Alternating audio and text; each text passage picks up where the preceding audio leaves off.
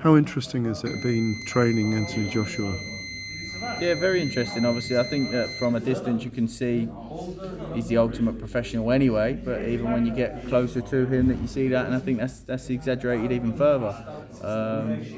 Very professional, takes his job extremely seriously.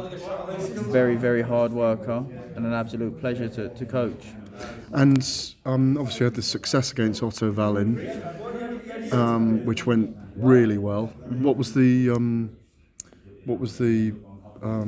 review of that like together? Yeah, pretty much how we expected it to go, to be honest. I think Otto got hit with a decent shot early in the first round, right hand to the body, which made him hesitant. I think if he'd come with a little bit more intention, or maybe if that shot hadn't landed so soon, he might have been a little bit more willing to commit and potentially could have got a devastating knockout a little bit earlier. But they're scenarios that you prepare for. You know, if he's a little bit more hesitant, then you can do this, and that's what he done. And I thought it was a really good performance. 3.5 months later, you're facing the former UFC heavyweight champion in a fight where there is a bit of jeopardy.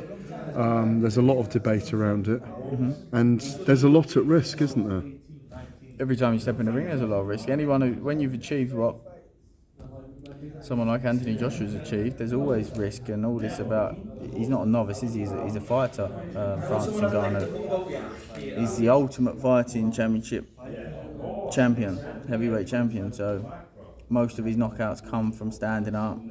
He's already had the split decision loss to Tyson Fury, where he performed, and you know he's a real threat. He's someone that has to be taken seriously, and as I said, Anthony Joshua is the ultimate professional, so that's what he's doing, is preparing and taking him seriously.